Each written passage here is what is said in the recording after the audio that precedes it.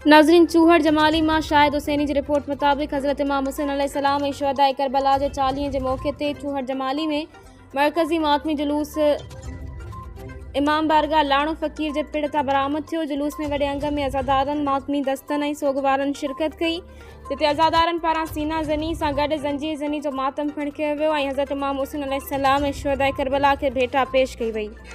मरकज़ी मातमी जुलूस पंहिंजे रिवायती रस्तनि खां थींदो हैदरी चौक पहुतो, जिते मजलिस आज़ा मुनक़िद की वई। मजलिस के मशहूर ज़ाकिर अहले बैत गुलाम अली जाफ़री ख़िताब कंदे वाक़िए करबला जे फ़लसफ़े, हज़रत इमाम हुसैन अलैहिस्सलाम जी अज़ीम क़ुर्बानियुनि, सब्र, इस्तक़ामत ऐं हक़ जी राह में ॾिनल लाज़वाल पैगाम ते तफ़सीली रोशनी विधी। हिन चयो त करबला जो पैगाम हर दौर में ज़ुल्म ख़िलाफ़ बीहण, हक़ ऐं इंसाफ़ जी हिमायत करण ऐं इंसानियत जी भलाई लाइ जदोजहद करण जो दर्स ॾिए थो। अण मौक़े ते अमन अमान बरक़रार रखण लाइ पुलिस ऐं ॿियनि क़ानून लागू कंदड़ इदारनि पारां सख़्त सिक्योरिटी इंतज़ाम कया विया हुआ, जॾहिं त जुलूस जे मुख़्तलिफ़ रस्तनि ते रज़ाकारनि बि अज़ादारनि जी रहनुमाई ऐं सहूलियतुनि लाइ पंहिंजा फ़र्ज़ सरअंजाम ॾिना।